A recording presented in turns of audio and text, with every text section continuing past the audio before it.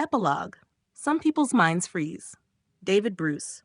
After that disastrous summer of 1967, Nicholas Nabokov received a generous financial settlement of $34,500 from the Farfield Foundation and moved to New York to lecture on the arts in their social environment at City University, in a fellowship secured with Arthur Schlesinger's help.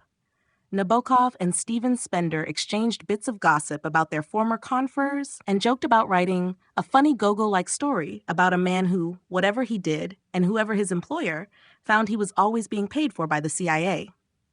In 1972, they had a minor tiff. Isaiah Berlin advised Nabokov to let the matter drop. "Let him be," he said. Berlin also cautioned Nabokov not to go public with his memories of the Congress, when in 1976, the composer half-joked, half-threatened to write a book called Les Riches du CIA. "If you are serious about this, let me earnestly advise you not to do this," Berlin admonished. One's memory is not infallible. The subject is, to say the least, sensitive. I doubt if you can want to be for the rest of your life the center of unending rows. So let me strongly advise you to leave that minefield alone. Such reluctance to examine the past was shared by many. Spender, whose friendship with Nabokov had survived the tiff of 1972, recorded in his journals that in March 1976, he had attended a ceremony at the French consulate in New York at which Nabokov was awarded the Légion d'honneur. Atmosphere of comedy as the consul made a speech, going through Nabokov's whole life, drawing throughout it a distinction between what he called creation and career. Although the festivals he had organized were listed, the Congress for Cultural Freedom was skirted adroitly. The hollowness of French rhetoric on such occasions is so transparent that it acquires a kind of sincerity. For his remaining years, Nabokov continued to teach and compose. His last major project was to score the music for Balanchine's Don Quixote, performed by the New York City Ballet. Reviewing it for The New Yorker, Andrew Porter wrote, "There is nothing, alas, that can be done about Nicholas Nabokov's wretched score, which lays a deadening hand on the evening. It is short-breathed, repetitive, feeble in its little attempts to achieve vivacity by recourse to a trumpet solo or a gong stroke." Nabokov's motto, said one friend, could have been, "Go along, get along." Perhaps he had inherited this from his father. A young intelligence officer in post-war Berlin had once met Nabokov's 90-year-old father at a party. The old man, like all the Nabokovs, had been a liberal in Imperial Russia. I observed him going over to some high-ranking Soviets and saying, "You know, I was always on the side of the people," and then shuffling over to his host on the other side of the room with the same ingratiating smile and saying, "I knew your grandfather, His Imperial Highness, Grand Duke Alexander Mikhailovich, very well." I wondered how anybody of 90 could feel the necessity for such hypocrisy. Nabokov died in 1978. His funeral, according to John Hunt, was quite a scene. All the 5 wives were there. Patricia Blake was on crutches after a skiing accident, and she kept saying, "I feel like I'm still married to him." Marie Claire took up the whole of the first pew, as if she was still married to him. Dominique, who was his wife when he died, said she was made to feel like she didn't exist. She was the only one who hung back. Another one draped herself over his coffin and tried to kiss him on the mouth. It was a fitting exit for a man who had lived by flamboyant gestures. John Hunt left the International Association for Cultural Freedom, as planned, at the end of 1968. In a secret ceremony on a houseboat on the Seine, he was awarded a CIA medal for services rendered. He then turned up at the Salk Institute in California as its executive vice president. He took a fuck you Ho Chi Minh stance on Vietnam and watched bitterly as America, as he knew it, started to fall apart. He told Josselson that he felt like an alien in his own country.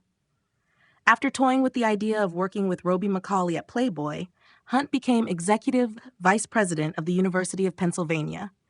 In 1976, he wrote a play about Alger Hiss, which was performed at the Kennedy Center.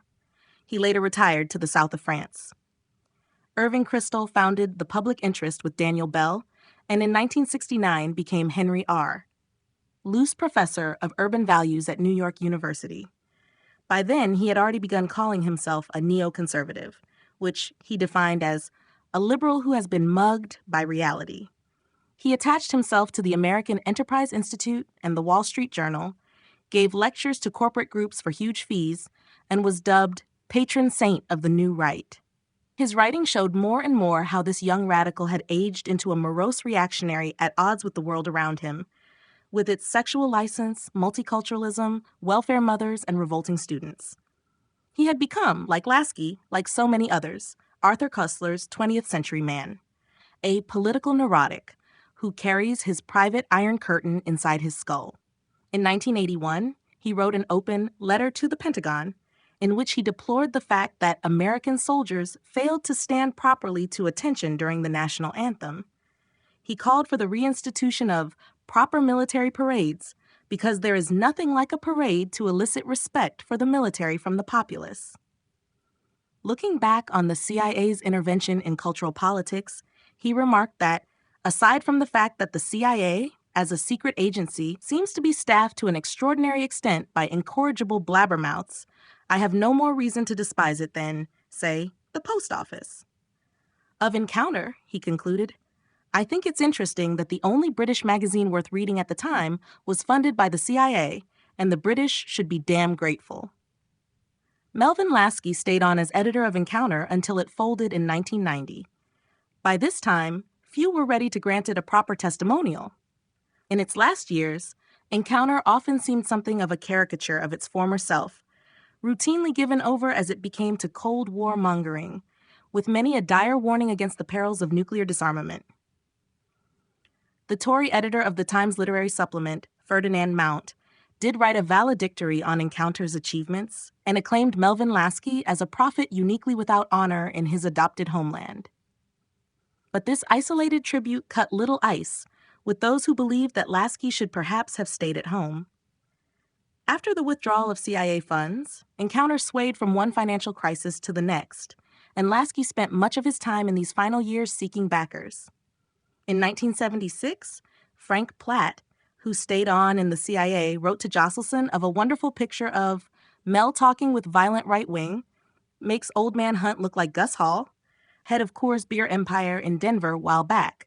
He wanted to take over MAG, make it his own, wore shoulder holster and Colt 45 throughout meeting. No thank you, Master Coors. Whilst Lasky was out in the sticks looking for green, Platt did his bit to help by requesting money from the William Whitney Foundation. Later, when confronted with the issue of the CIA's support of Encounter, Lasky fired back. Well, who's going to give the money? The little old lady wearing sneakers from Dubuque, Iowa? Will she give you $1 million? Well, I mean, pipe dreams. Where will the money come from?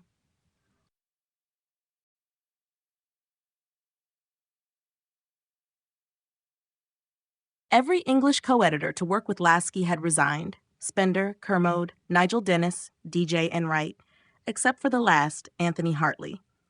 Lasky did his best to keep what was left of the old gang together, organizing a last encounter in Berlin in 1992, a celebration of the end of the Cold War over which Lasky presided, his beard sharp enough to stab any fellow traveler. 16.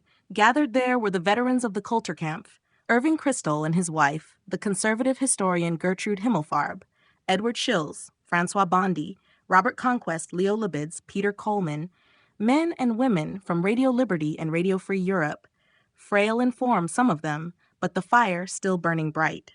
This, said Bernard Levin, was the motley army which, without a shot fired, fought for the truth against lies, for reality against mirages, for steadfastness against capitulation, for civilization against barbarism, for the peaceful word against the brutal blow, for applauding courage against excusing cowardice, for put most simply, democracy against tyranny.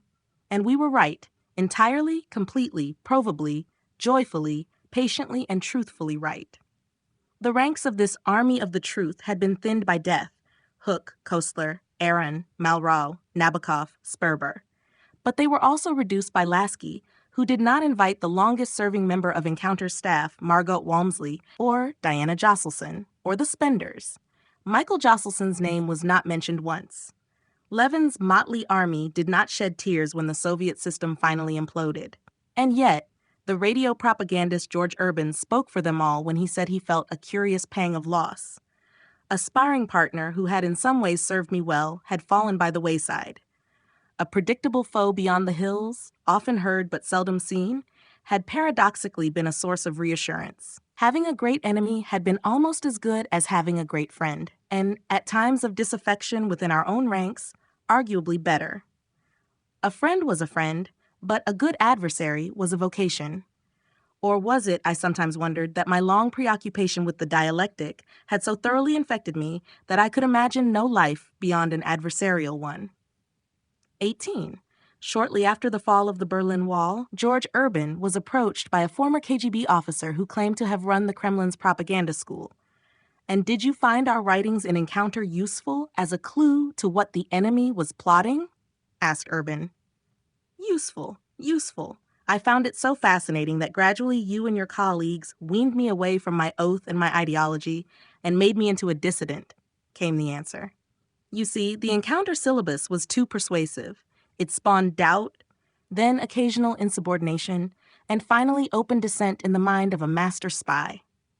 19, Urban related the incident to Lasky, who was ecstatic to learn that the enemy had studied Encounter. It stunned me. What a compliment. The KGB were using this thing. We felt at the time that this ideological spearhead that we Cold Warriors thought up was hitting on target, and turns out we were right. 20, people like Lasky thought in exactly the same way as the Russians did. It was all just a strategic game to them, concluded Natasha Spender, 21.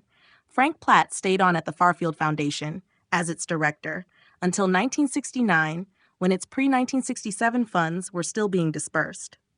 In September 1976, Platt acted as a clearinghouse and liaison for Penn's Writers in Prison Committee in London.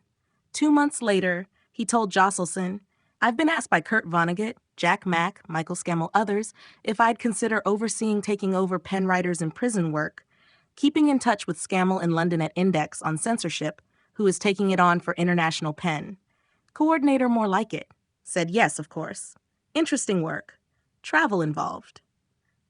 22, at the same time, Platt fed Josselson with regular nuggets of gossip about the CIA, which he liked to refer to as the chocolate factory. After Cord Meyer was publicly exposed as the London station chief in 1975, when 34 Labour MPs demanded his expulsion, Platt wrote teasingly, "In the land of the blind, the one-eyed man saw the writing on the wall, perhaps. Who knows? The agency is in one hell of a mess is all I know. Tant peace." 23, meeting Meyer at a Georgetown party sometime later, one journalist watched in horror as he harassed an elderly Canadian diplomat over the issue of Canadian secessionism. The diplomat, who had a serious heart ailment, was visibly distressed, but Meyer plowed on, without wit, taste, or mercy, wrote the journalist, unaware of the eerie resonance of the scene, following, more than a decade later, that in which Josselson had suffered a heart attack.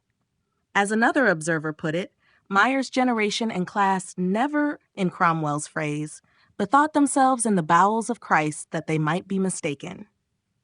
24. On the 23rd of February 1983, James Burnham received the Presidential Medal of Freedom from Ronald Reagan, whose career in politics had been launched under the banner of the Crusade for Freedom. The citation read, "Since the 1930s, Mr. Burnham has shaped the thinking of world leaders. His observations have changed society, and his writings have become guiding lights in mankind's quest for truth.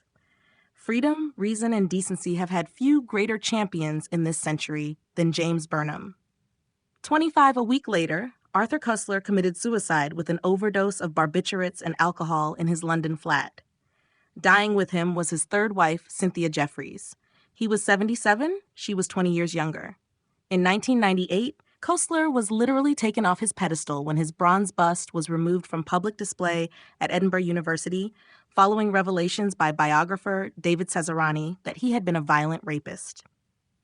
Enmeshed in antique conflicts, unimpressive overproduction, and lifelong bad behavior, Koestler's time is simply gone, wrote one reviewer after reading Cesarani's book, 26. Burnham died in 1987, but his spirit lived on in William Buckley, whose National Review Burnham had edited. In 1990, Buckley declared that the United States' protracted opposition to communism is one of our truly ennobling experiences. 27. Tom Braden went on to enjoy a successful career as a syndicated columnist and co-host of the CNN talk show Crossfire.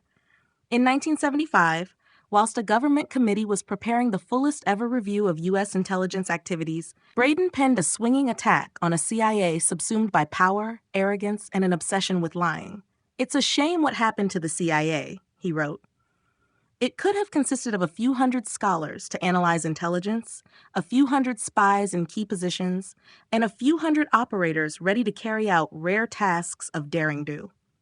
Instead, it became a gargantuan monster, owning property all over the world, running airplanes and newspapers and radio stations and banks and armies and navies, offering temptation to successive secretaries of state, and giving at least one President Nixon a brilliant idea.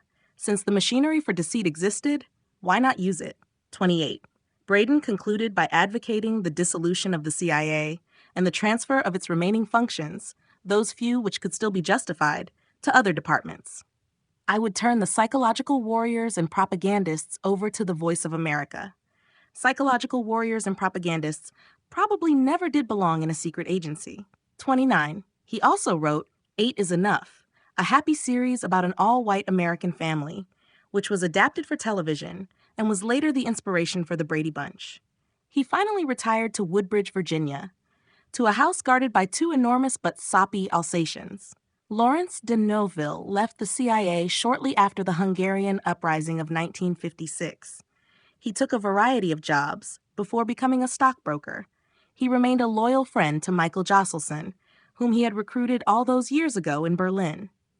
Interviewed for this book from his home in West Hartford, Connecticut, he was amused at the thought that his cover would finally be blown.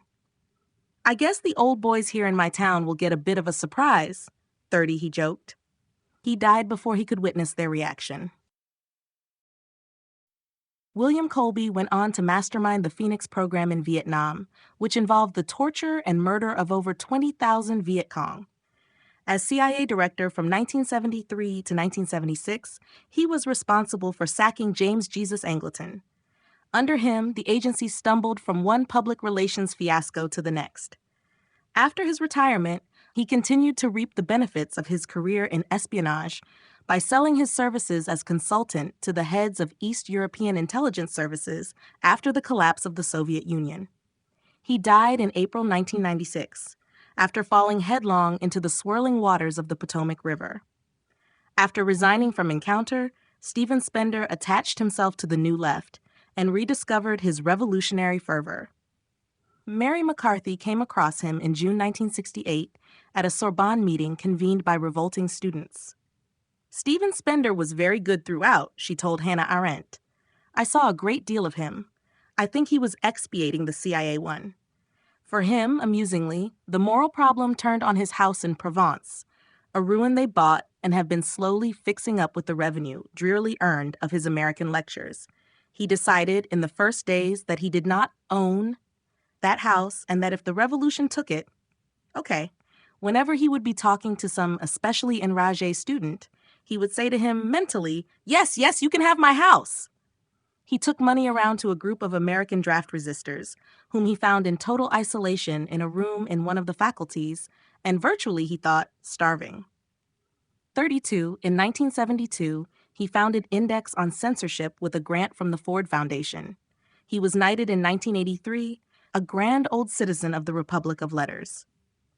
In later years, Spender acknowledged that people had been telling him of Encounter's links to the CIA for years, but was as with the people who come and tell you that your wife is unfaithful to you. Then you ask her yourself, and if she denies it, you are satisfied with it. 33, Spender never read or bought another issue of Encounter. When he died in 1995, one of the last links to the 1930s, that rubescent dawn, which was to turn into the darkest of ages, was broken. His widow, Natasha Spender, recalled bitterly, all those wasted years, all the arguments, all the upsets of Stephen's association with the Congress for Cultural Freedom. It had a terrible effect on him, she said. He was so tired, so weary from all the bickering, and he never seemed to have the time to write poetry, which is what he most wanted to do. 34, Michael Josselson died in January 1978. Despite strenuous efforts to find employment, he had been knocked back by virtually all his former collaborators. In 1972, he was refused a fellowship by the American Council of Learned Societies. Shepard Stone wrote to Senator William Benton, owner and publisher of Encyclopedia Britannica, to recommend Josselson, but no work was forthcoming. Even Gimbel Sachs, Josselson's old firm, could find nothing for him. Time Inc. told him they couldn't find him a place for him, despite his extraordinary credentials. In March 1973, he was informed he had not been nominated for a Guggenheim Fellowship. He was also turned down by the Hoover Institution on War, Revolution, and Peace. 8 years before he died, and with Diana's collaboration, he sat down to write a biography of General Barclay de Tolly, who was replaced by Field Marshal Kutuzov in command of the Russian armies fighting Napoleon in 1812. The general's direct descendant, Major Nicholas de Tolly, had served with the U.S. military government in Berlin. Perhaps Josselson had met him and been impressed by the tale of a great Estonian commander unjustly humiliated, and of whom Pushkin had written, "In vain! Your rival reaped the triumph early planted in your high mind, and you forgotten disenchanted. The sponsor of the feast drew your last breath, despising us, it may be, in the hour of death." Josselson's funeral in January 1978 was a quiet affair. Writing of it to Hook, Lasky said, "Had he died on that occasion when they repaired his heart some 14 years ago, the funeral would have been a European, a Western occasion. 1,000 would have been there to bid him farewell." 35, according to Diana, Lasky himself turned up at Michael's funeral and stole the show. 36, also present, was a representative of the CIA who chose the moment to present Diana with Michael's service medal. It was so ungermane, as if they were saying, "You did this for the medal, and nothing could be further from the truth. I refuse to accept it." 37, Diana continued to live in the apartment at Plateau du Champel, surrounded by mementos and photographs of those heady days when the Congress for Cultural Freedom had seemed to her like the French Revolution or the Oxford Movement or the first 100 days of the Kennedy administration. Michael, she said, had lived for the Congress, and in the end, he died for it. But it was the best thing in my life.